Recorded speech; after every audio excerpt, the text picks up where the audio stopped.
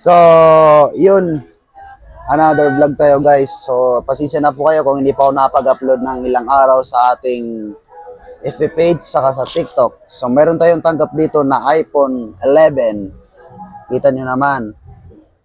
May line yung right side ng black screen.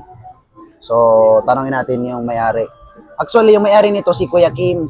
Pumunta siya dito. Ayan. Kuya Kim, ano ba nangyari dito, Kuya Kim? Yan, nalaglag yan kuya nung New Year. New Year. Oh, New Year. Bali, 4 months na. Hindi na ipapagawa. Busy ka sa ano, no? Kasi lumipat kayo sa GMA, di ba? GMA, Oo. mahirap yung IT skid dun eh. Oo, yun. Grabe.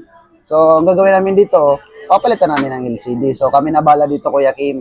Ha?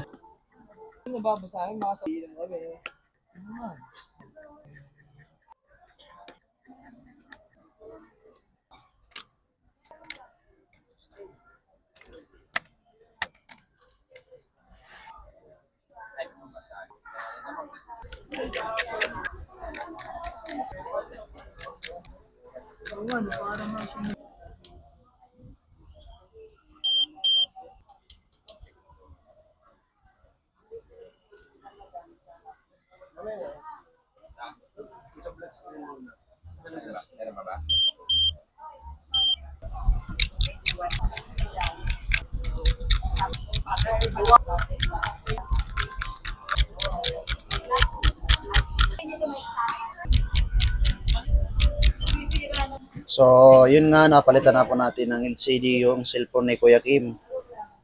So, bago na po yung LCD niya. Ayan. Pangalawa, may truto na rin po siya. So, sa may gusto magpagawa sa amin, mag-PM lang po kayo sa aming FB page, cellphonerepair.tv. Huwag nyo rin po kalimutan mag-like and follow. Maraming salamat po and God bless. Kuya Kim, ayan na. Thank you guys. Puntahan nyo to guys. Smooth lang yung May tanong ako Kuya Kim, anong mangyayari sa atin pag nakuha ng China ng yung West Philippines Sea? Eh, siyempre, diyan ka may alam eh. Hindi ko lang alam sir. Baka malalabanan natin yon.